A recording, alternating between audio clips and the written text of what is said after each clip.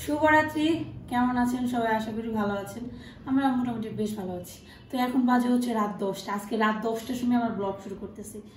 এত বেশি ব্যস্ত মানুষ বুঝেনি। তো যাই হোক, এত কথা কে লাভ নাই। অনেক ঘটনা হয়েছে। রাত্রে খাওয়া খাবো।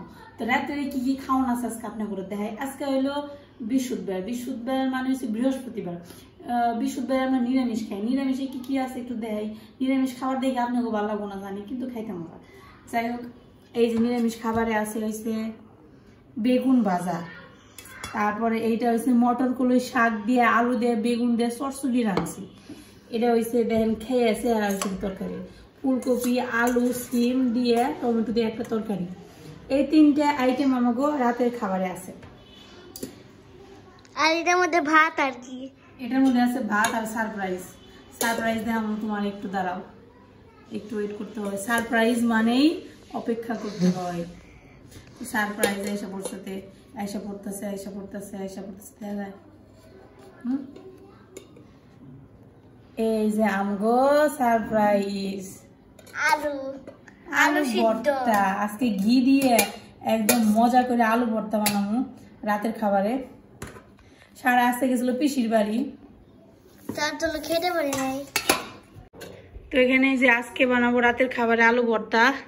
এইখানে আমি যে আলু ভর্তার জন্য কাঁচামরিচ সিদ্ধ দিছি। তো এমনিতে আইটেম কিন্তু 3টে ছিল, আলু ভর্তা না দিলেও হয়, কিন্তু ওই যে সারার বাবার আবার ভর্তা খুব পছন্দ।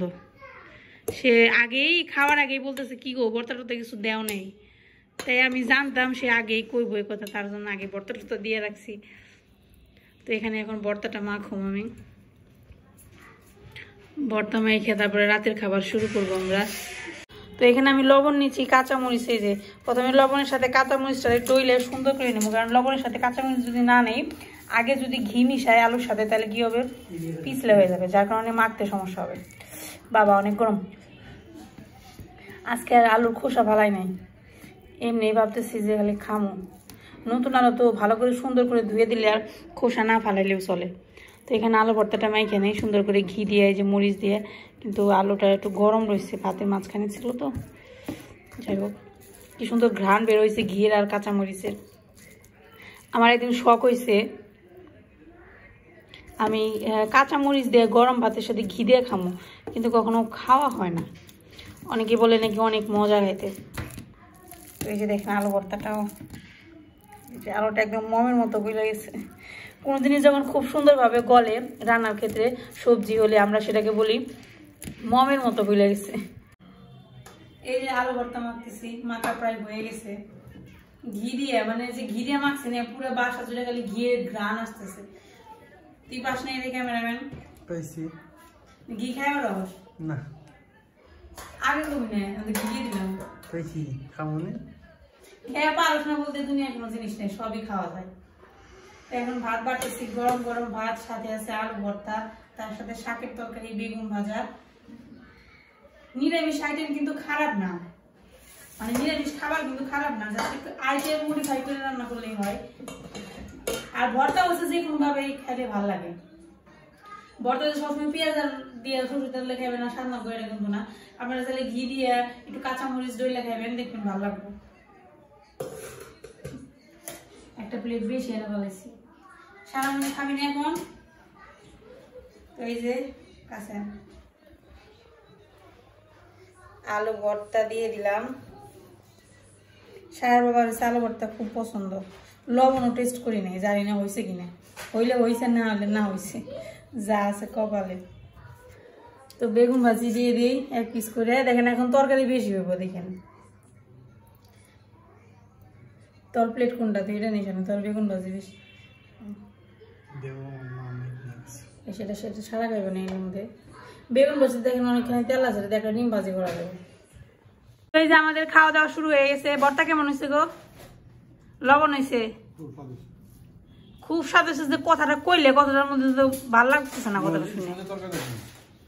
না হেরাই তো মনে মানে ভর্তা জিজ্ঞাসা করতেছি, মানুষ মানুষ স্বাদ হলে বলে নর্মালি, তুমি তো বললে এমন ভাবে না, মানে যে টিটকারি করে কইছো কথাটা। তোমার কথা তো এটাই বোঝা গেছে, টিটকারি করে। তুমি ভর্তা মাখতে একবার তোমার হাত দিয়ে মাখাইতে চাইছিলাম, আবার চিন্তা করলাম আবার তুমি কবে আমার হাতে কাম করার, তাই তো মাখাইলাম না। এই ভর্তা কেমন হয়েছে রে তুই গো? হাসা কথা। বর্তা সব করে কে একটা মানুষ বানায় খাওয়াই একটা জিনিস তো ভালো করবো তাও করবে না, তাও কষ্ট লাগে, খাইতে কষ্ট লাগে না, কিন্তু যে আমি যে করি কষ্ট করে তার জন্য আমার কোনো ক্রেডিট নেই। তুই কয়ে গেছো ছাড়া আর কেসি নিয়ে চিপসের ব্যাগের কাটপা গেছে, দেওয়া অবস্থা অন্ধকারে যে বড় কেসি হাতে লাগাবি রে। তো এই যে আমার খাবার এখন আমি বাড়ি নেই, এই যে দেখেন বর্তা দিয়ে খাওয়া শেষ। এই যে একটা জিনিস আপনাদের দেখায় সেটা হয়েছে এ কিন্তু কইলো যে বর্তা স্বাদ হয় নাই, কিন্তু প্রথমে যে কয়টা ভাত বাড়ছিলাম ব্যাগটি বর্তা দিয়ে খেয়েছি।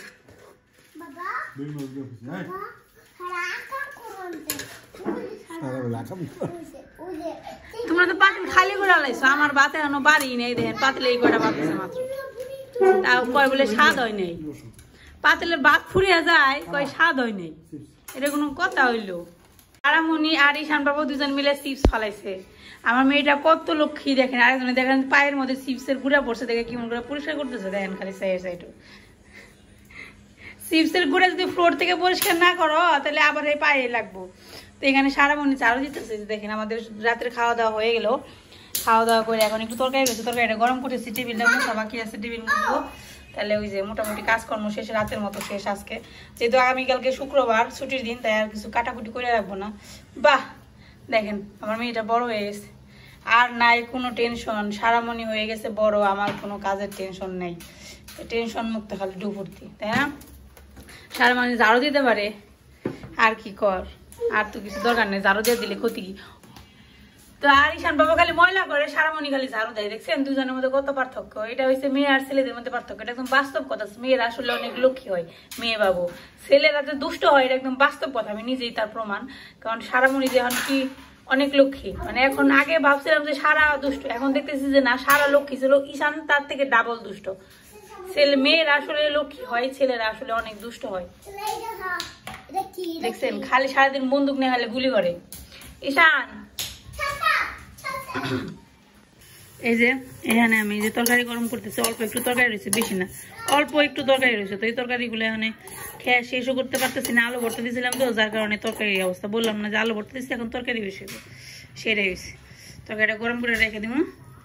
তো রান্নাঘরে কাজকর্ম মোটামুটি শেষ করলাম, খাওয়া দাওয়া শেষ করার পর সারামনি আমার ঝাড়ু দিয়ে দিছে।